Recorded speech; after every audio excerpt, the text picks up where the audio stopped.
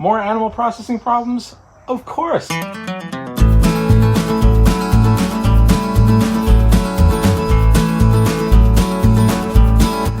What's up guys, Mike from Hidden Creek Homestead. Welcome back to the channel. So our meat chickens are exactly 8 weeks and 3 days old. You guys have seen, if you've been following the channel, you've seen Glenn and his wife Margaret come out and process our chickens right here on our homestead before. They had an emergency. They can't make it for an undisclosed amount of time. So if it were pigs, I think it would be a different story, because maybe if you go an extra 2 weeks, 3 weeks, you know, it's not going to make that big of a difference. It's fine. With these meat chickens, they grow so fast that, in my opinion, they're already kind of on the large side. So they've got to get processed right away. So it's getting to be a theme around here, but basically we had to find somebody right down to the last second that could process these chickens for us, or help us, or something, or share in the work, or split the amount of chickens with us. Figure out something. So that we did. We went on to social media, and there is a page here for South Carolina homesteaders on Facebook, and I met a lovely lady. Her name is Ruth, and she said she'd be happy to process the chickens for us. So we just took the chickens there, dropped them off, and we're just going to show up tomorrow and pick them up. I know. What kind of homesteader are you if you can't process your own chickens? Well, it's not so much that we're not willing to, or that we don't want to. There's a couple of things that stood in our way. Namely, we don't have enough equipment. We don't have pluckers. We don't even have a good sharp knife set to do it. We don't even have folding tables, which we would need something like that. We got to order the bags, got to order a pot to scald them in, an outside propane burner, and it's just, there's a lot of stuff that goes into that. I'm not opposed to buying that stuff, but as of right now, I don't have it. Number two, if you guys have been following our journey along, you know my wife has been dealing with cancer. She has just finished, matter of fact, this past week, the last of what I consider to be major cancer treatment. So to put it mildly, our schedule has just been completely ridiculous for quite some time now, and there hasn't been any free time. And I'm hoping now, here in the fall, that she's done with her treatment, we're going to start having some time to do some stuff. Kind of apologize for you guys too. We haven't been able to do a lot of projects around here and film a lot, because you know, it's been, the last treatment she had was radiation treatment, and she's just finished that now, and that was pretty much every single day we had to go for that. So, you know, between 2 jobs and radiation treatment and chemotherapy and everything else that she had to go through, there was just no time. A lot of you have asked about my wife. In short, she's doing great. We're really pleased with how things are turning out with her. I'll make another video about that, addressing just that at another time, and we'll go into a little bit more detail and give you the backstory for any of you that haven't been following along, and catch you up to speed on all that. But for right now, you know, I appreciate all your concerns and your comments and people asking and sending their regards. She's doing wonderfully, actually. So thank you so much for all that, guys. A lot of people think that their idea of homesteading is self-sufficiency, right? Just being able to provide for yourself and not rely on anything or anyone. I agree with that to some extent. I also think about it in a more realistic sense of homesteading as community. I think it's a huge part of homesteading. You've got people on all different spectrums of homesteading, people that are considered preppers, and people that just like to raise animals, or people that just want a cleaner way of living and healthier food, and everything in between. Now, I'm not knocking anyone in what they believe or what they think it is, but I even look at it as, let's just say that you were on one end of it and you believed in, you know, preparing for the apocalypse, and you wanted to have you know, a gazillion years worth of food stored and be able to take care of yourself without depending on anything or anyone.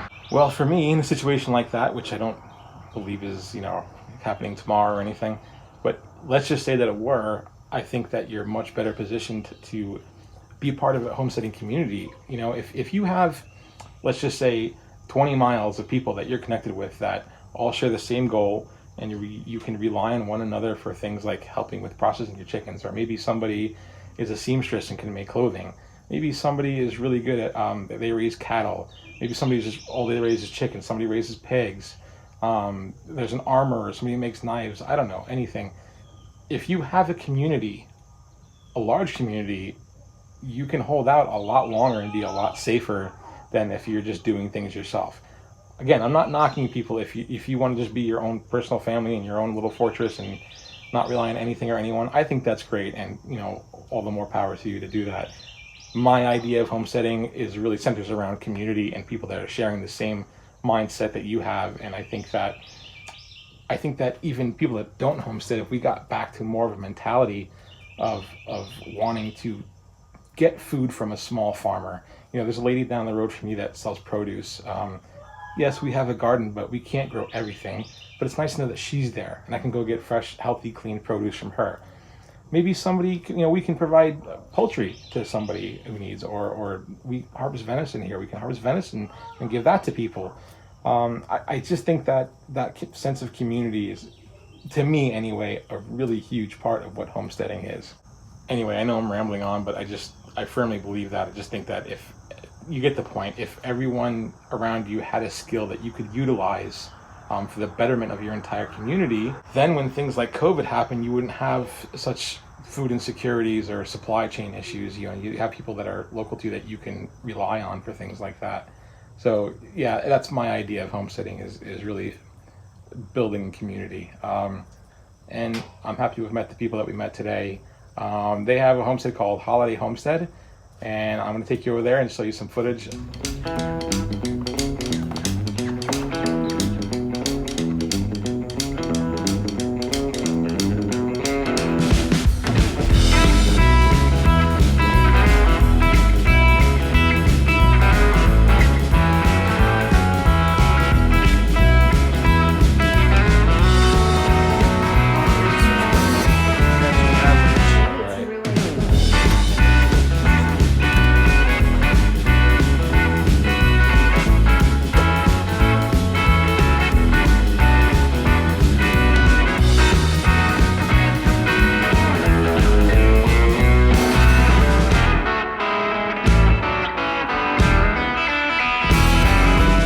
So guys, we just came back from meeting our new friends at the Holiday Homestead.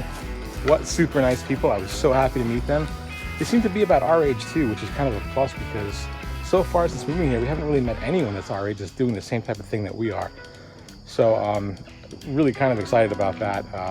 We've been alone really for about 1.5 years now, and sure is nice to meet someone else. So they've got a really nice, beautiful property over there, big piece of land. And it looks to be that they're doing kind of like a multi-generational type of thing where they've got family living in different parts of the property. I think that's kind of cool. That's something I might be interested in doing in the future myself. They did an excellent job processing our chickens for us, which I'm super appreciative of because we were kind of in a pinch and really needed to get that done in a hurry. Anyway, guys, it's Holiday Homestead. The husband's name is Dennis. Spent a long time hanging out with him and talking. We have so much in common. We're talking about hunting and animals and all that. His wife's name is Ruth. Lovely lady. She really hit it off with my wife. We spent a lot of time talking. It was a great time. I was really happy to meet them. Guys, please do me a personal favor. If you get a second, go check out their website. Their web address is holidayhomestead.com, and I'll link that in the description up above or down below for some of you, wherever it is on your device or computer. Please go ahead and give them some love. Check them out. Really, really super nice people. I think they're getting started with YouTube also, so they do have a channel. I think it's kind of still in its infancy, I was told, but they do have a couple videos up there and I think some shorts and stuff. So go check them out. Like, comment, and subscribe to their stuff, and really help them out. They're great people, and I would just love to do something for them in return if I can. So any of you guys have been following along, some of you guys know that it is hunting season, and I've been doing quite a bit of that lately. And we did manage to get 2 deer. One of them was actually a pretty nice buck. So we've gotten the meat back from the first one, and the one that was a really nice buck, we just dropped off recently, and we're waiting for the meat to come back from him. But I'm having a shoulder mount on him because he's kind of a personal best for me. You guys know I haven't been hunting all that long. I started when I was young with my dad, but he got older at the time and he didn't take me all that much, maybe a couple times. So I always vowed that when I got older and I got my own place and I had property, I would start hunting and I would take my kids. So this is a personal best buck for me, so I wanted to have the shoulder mount done. So it'll probably be 6 months to a year before I see that back, but I'm super excited about that. As far as my kids go when it comes to hunting, they are a little bit different than me. My son, I think he likes to go in the sense that he kind of likes to hang out with me and do father-son stuff.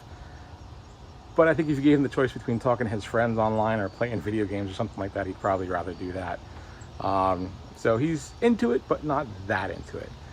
But he has been coming out with me, and I am trying to get him his first deer this season. I'm kind of, now that I've got 2, I'm really kind of focusing on him getting one.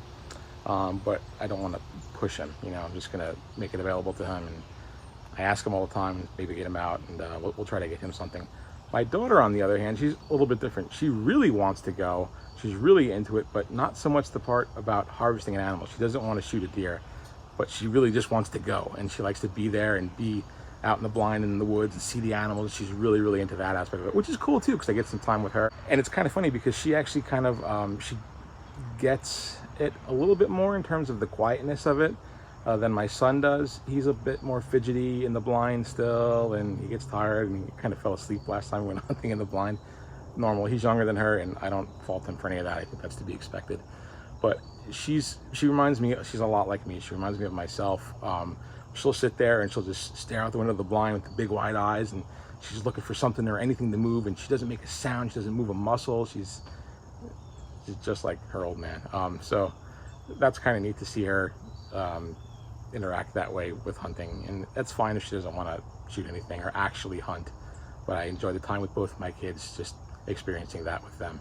I don't think hunting is something that you should kind of force onto your kids. I think it's a skill that maybe they should learn if they can. So I am trying to teach them, but I don't want to push my agenda in their face, so to speak. It's something that you've got to want and find for yourself, I believe. So anyway, guys, that's going to wrap it up for this video. I really appreciate you being here with me. Please like, comment, and subscribe. I like to read all your comments, and I comment back whenever I can. Again, Holiday Homestead, please go check them out, guys. It would really mean a lot to me if you did. Thanks for watching, and I'll catch you on the next video. Be good.